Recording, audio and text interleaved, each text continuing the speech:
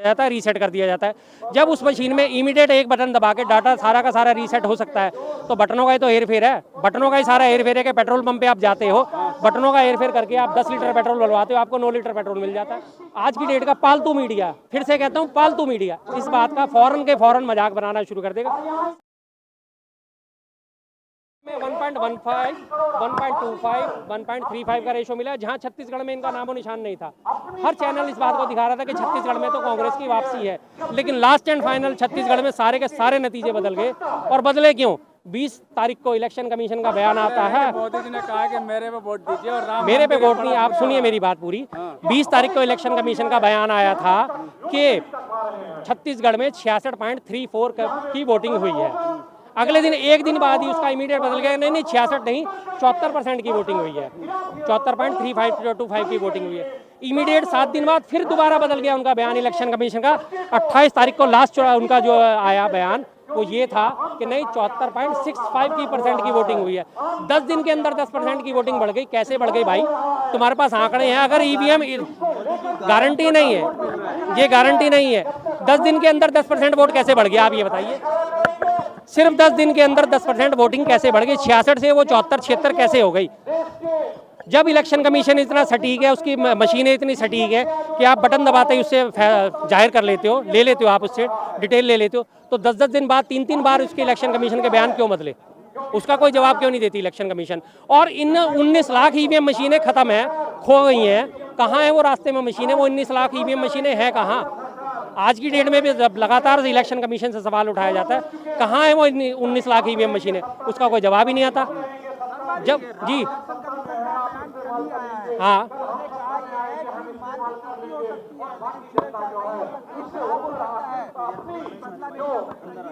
मानवीय त्रुटि हो सकती है। ऐसी कौन सी मशीन आ गई हमारे में कि जिसमें मानवीय त्रुटि करके हम चेंजेस नहीं कर सकते? सबको दोबारा से, मैं वही अभी बात हुई है, फिर दोबारा से ये मोबाइल मेरे पास बड़ा आज काम आता है।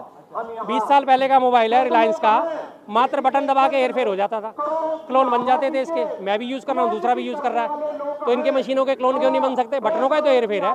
SCD PCO मशीनें होती थी आज से पहले 15-20 साल पहले, इस बात को मैंने पहले भी उठाया, आज फिर उठाता हूँ। बटनों का हेरफेर करके उसमें पल्स रेट चेंजेस कर दी जाती थी। 4 सेकंड की पल्स रेट मॉनिटर में 4 सेकंड ही दिखाता था कि 4 सेकंड में पल्स रेट बदल रही है, हकीकत में वो 3 सेकंड में मशीन उसको बदल देती थी। क्यों बदल देती थी? और मशीनों की बात है, मॉक टेस्ट होता है 50 वोटों का, 50 वोट डलने के बाद मॉक टेस्ट कंप्लीट करके दिखा दिया जाता है कि देख लो जी मशीन ठीक है, ओके है। मशीन में से उसको डाटा को डिलीट कर दिया जाता है, रीसेट कर दिया जाता है। जब उस मशीन में इमीडिएट एक बटन दबा के डाटा सारा का सारा रीसेट हो सकता है, तो बटनों का ही तो हेर फेर है, बटनों का ही सारा हेर फेर है कि पेट्रोल पंप पे आप जाते हो, बटनों का हेर फेर करके आप 10 लीटर पेट्रोल डलवाते हो, आपको 9 लीटर पेट्रोल मिल जाता है। टंकी में आपकी 9 लीटर आ रहा है, सामने आपको 10 लीटर दिख रहा है। ऑटो के मशीन, ऑटो के मीटर हैं आपके सामने, आप सब देखते हैं कि मीटर में बटनों का ही तो हेर फेर है। कोई इंटरनेट नहीं है, कोई GPS नहीं है, कोई ब्लूटूथ नहीं है, तो ये मशीनें ऐसे कैसे टेम्पर प्रूफ होगी? अमेरिका इस बात से डिनाई कर चुका है कि हमारे लिए मशीनें पारदर्शी नहीं है, बैलेट पेपर से चुनाव करते। एक तरफ आप कहते हो टेक्नोलॉजी में अमेरिका हमसे आगे, जापान हमसे आगे, ब्रिटेन हमसे आगे, जब वो टेक्नोलॉजी में इतने जर्मनी आगे है, इतने के सर बाकी सारी की सारी टीमें आ गई हैं, सारी आगे हैं हमसे, तो जब वो बैलेट पेपर इसको पे आ गई हैं वापस, तो हमारे को क्या दिक्कत है? भारत की जनता जी, जनता को कैसे समझाएंगे? भारत की जनता तो समझ जाती है। इलेक्शन कमीशन आज अपने रुख पे बदल जाए, कहते हैं ठीक है जी हम बैलेट पेपर पे चुनाव कराते हैं, आप देख लो दूध का दूध पानी का पानी है। चुनिंदा लोग दिखते हैं ईवीएम पे बोलते हुए, ईवीएम खराब है, चुनिंदा लोग इसलिए दिखते हैं क्योंकि चुनिंदा लोगों को डर नहीं है। मुझे डर नहीं है, मैं खुल के बोलता हूँ ईवीएम में खराबी है, लेकिन दूसरे लोग जब बोलते हैं तो उनकी बात को दबा दिया जाता है। पालतू मीडिया जो है आज की डेट का पालतू मीडिया, फिर से कहता हूँ पालतू मीडिया, इस बात का फौरन के फौरन मजाक बनाना शुरू कर देगा। सारे 9 PM के 7 बजे के हल्ला बोल और ये जितने भी कम होते हैं, सारा का सारा उसको लेके शुरू हो जाएंगे। विपक्ष पे ठीकरा फोड़ना शुरू कर देंगे, विपक्ष हार गया तो अब ईवीएम पे आ गया। अरे भैया बदनामी से मत डरो, डू एंड डाई का नारा है, करो या मरो, बिल्कुल डरना बंद कर दो। आपको वो लोग राम विरोधी मुझे कहते हैं, उनसे मुझे राम विरोधी सर्टिफिकेट लेना ही नहीं।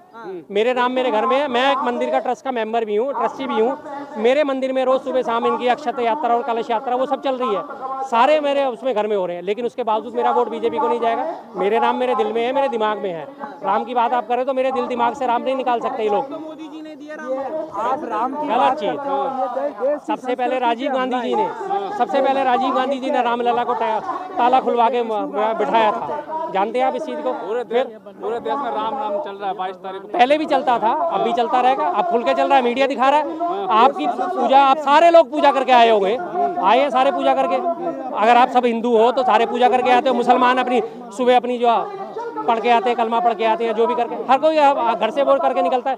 लेकिन आप उस चीज़ को हाईलाइट करके दिखा रहे हो कि सारा देश राममय हो गया। अरे भाई, सारा देश राममय हो गया, राममय तो पहले भी था, आज क्या बदलाव आ गया उसमें? राम की पूजा मैं तब भी करता, राम की पूजा मैं अब भी कर रहा हूँ। मंदिर बना दिया, खुशी है, कोई दिक्कत नहीं है। पूरे दिन अखबारों में, टीवी में यही चल रहा है। हाँ बिल्कुल चला रहे हो। जनता बोल रही है कि मोदी है तो मुमकिन है, मोदी है तो मुमकिन।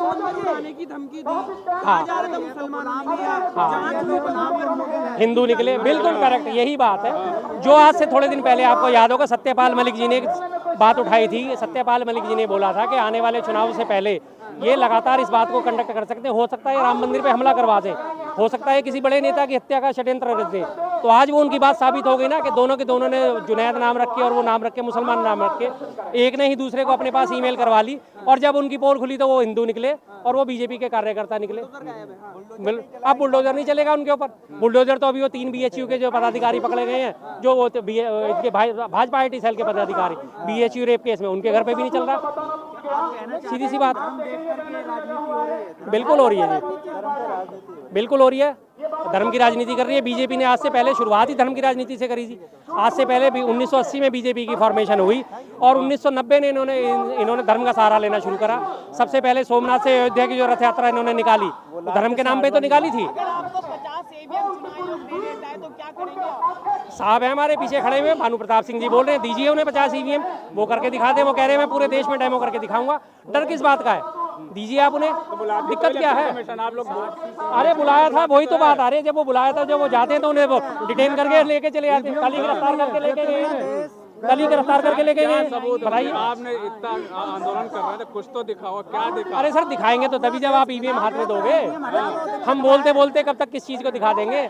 आप EVM दो, 100, 50, 500 EVM निकालो बाजार में। सारे IT सेल के बच्चे हैं, पक्के प्रोग्रामिंग वाले हैं, इमीडिएट आपके सामने सारी चीज़ें हैक करके दिखा देंगे, वो खत्म कर देंगे। पूरा